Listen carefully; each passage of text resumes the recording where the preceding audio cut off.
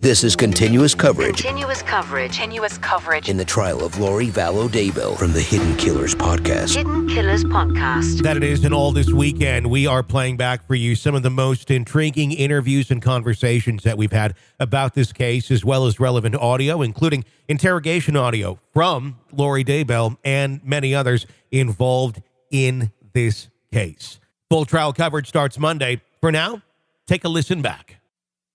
This is an examination of the hidden human condition. This is the Hidden Killers podcast. The Hidden Killers podcast. With Tony Bruschi.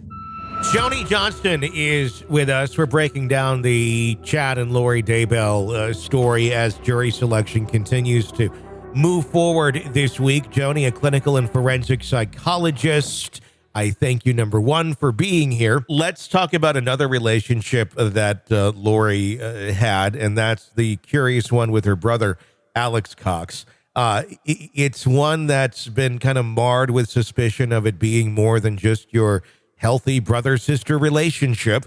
It was the ex-wife, I believe, of Alex has spoken up several times, talking about the bizarre behavior the two of them had, sometimes going as far as almost like simulating sexual acts together. And then they just laugh about it like, that's what brothers and sisters do.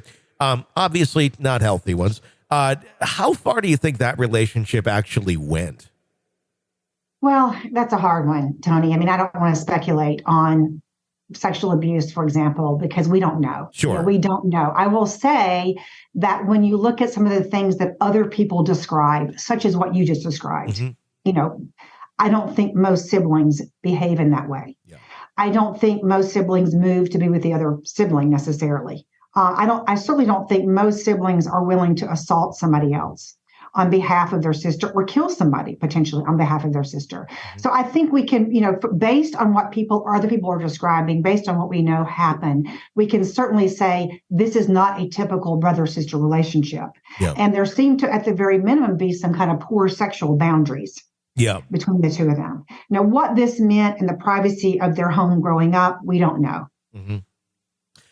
But obviously, I mean, and we don't know, and it's hard to speculate, but, had there been more abuse there, or if there was, which we don't know about, I mean, that could certainly lead to very, diluted thinking, would it not, in some ways? Oh, absolutely. I mean, absolutely. When you look at any kind of childhood trauma or potential childhood trauma, whether it's physical abuse or sexual abuse, et cetera, I mean, of course, that has a lasting impact on people, particularly if they don't get treatment for it and get help for it. And it certainly sounds like that relationship and some of the dynamics in terms of the enmeshment, in terms of emotional enmeshment I'm talking about here, seem to have, continued until Alex's death.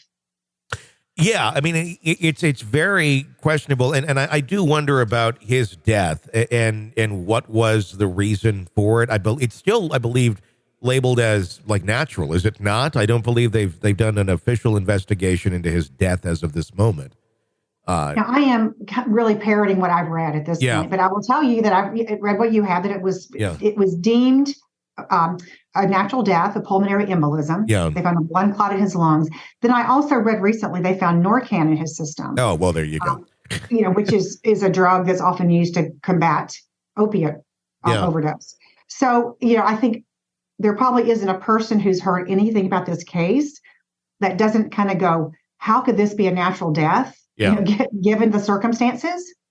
So is more going to come to light? I don't know.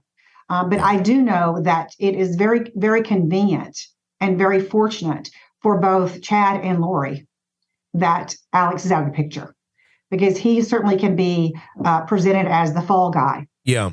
And I think that, based on some of the things that his wife said, he apparently anticipated, maybe not his death, I don't know, but certainly anticipated that he might be the fall guy at some point. Yeah, and that's what I wonder about. That's kind of what I think I'm trying to ask is what was the, I know it's saying natural death, but let's assume for a moment that they find out later on it's not. Through some sort of toxicology or whatever. What would the purpose of him being out of the picture being? And I think you just answered that, because he had the power to expose. He also had the possibility of trying to be the fall guy, but the fall guy can't speak anymore if he's dead. Absolutely. And from what, again, other people have said Yeah. about Alex Cox is that he seemed to be a true believer in this situation. And so let's say he starts having doubts about whether he is doing the will of God. Yeah. You're absolutely right. I mean, who stands to lose in that situation? Chad and Lori, especially if he starts doubting what he's being told, if he starts seeing a pattern here, that from a religious standpoint, it seems kind of convenient that people who are in Chad and Lori's way of being together and being happy and free are the ones who end up dead. That seems very convenient from a religious standpoint. God is really working in their favor, right? Well, yeah. Go ahead.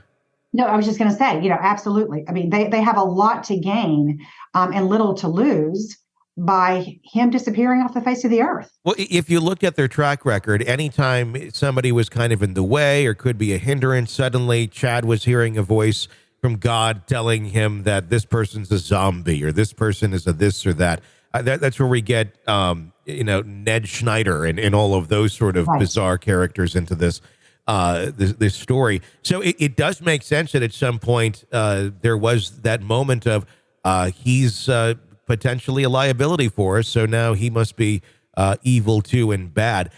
It's just bizarre that they have it, because in some ways it's almost, is it a moment of lucidity where they realize, well, in order to keep this storyline going the way we want it, we kind of got to get rid of this person, and then the justification being they're a zombie.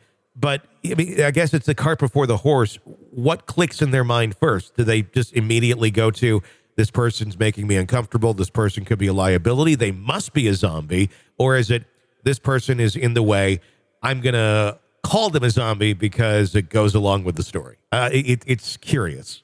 It is curious. And I mean, I think many of us would give a lot to know, because there's just such an interesting paradox in some respects, Tony, in that on the one hand, you have this kind of pervasive religious kind of fervor that overlays everything. And then you have this very practical, very clear motives. I mean, calling the insurance company. Yeah, exactly. After yes. Charles Vallow dies, right? I mean, you have this, collecting Tammy's insurance. I mean, you have this real practical kind of, okay, this is benefiting us financially. And like Chad trying to find a deal at the funeral home.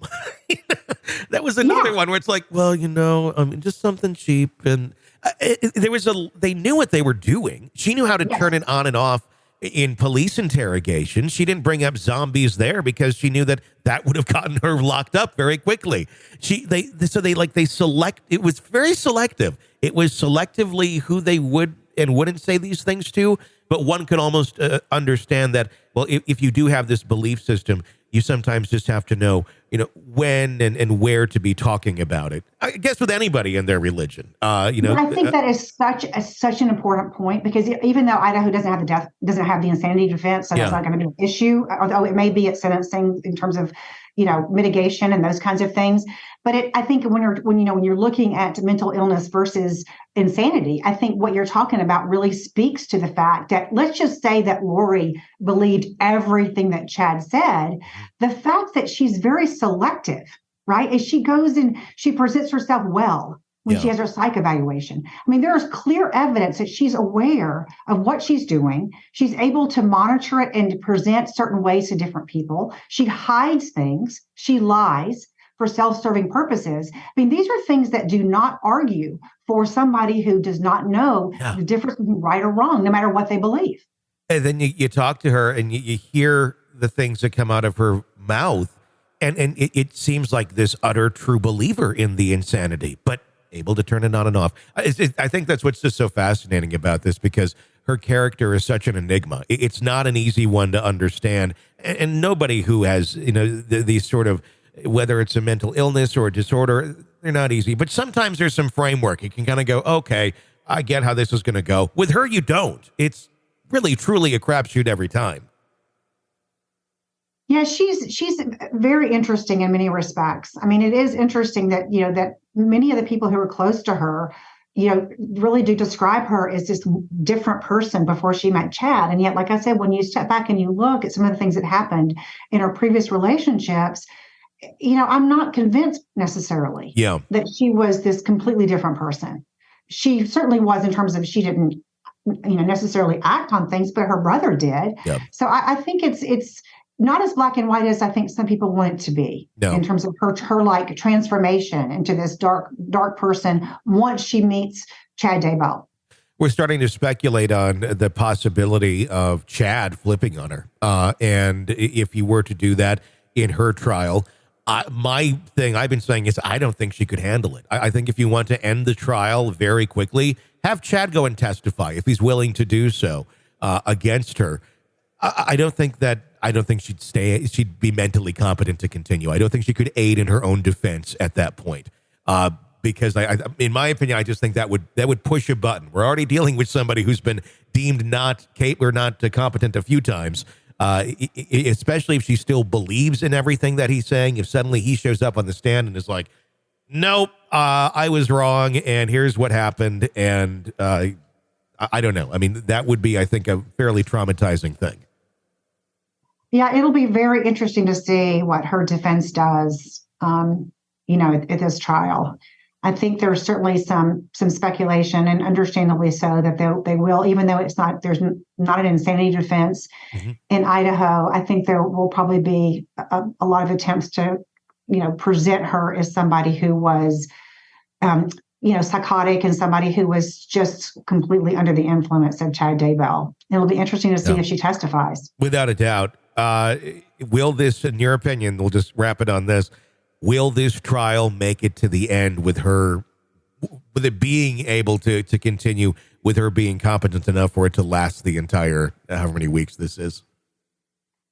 I would say yes. Okay. I think she will be able to do that. Now, of course, you're right. It depends on what happens. I have no idea how she would react if Chad Daybell got on the stand to testify against her. His trial is coming down the road. Yeah. So we don't know what's going on behind the scenes. It's interesting that he's the one who wanted to sever the trials, and that doesn't bode well for Lori. Although I guess it could potentially help both of them, because they can both now try to throw Alex under the bus and say, I didn't know what's going on, or I thought, I didn't really think he would do it, or whatever. Yeah. I think it's safe to say I don't think anyone can predict what's going to happen in this, as with their entire story. This is an examination of the hidden human condition. This is the Hidden Killers podcast with Tony Bruschi. Joan E. Johnston, clinical and forensic psychologist. Thank you so much for joining us. drjoniejohnston.com is her website to go check out her work. We do greatly appreciate that conversation. If you like the show, press subscribe wherever you download podcasts. You don't miss any of the cases we're following for you right here. I'm Tony Bruschi. Stay with us.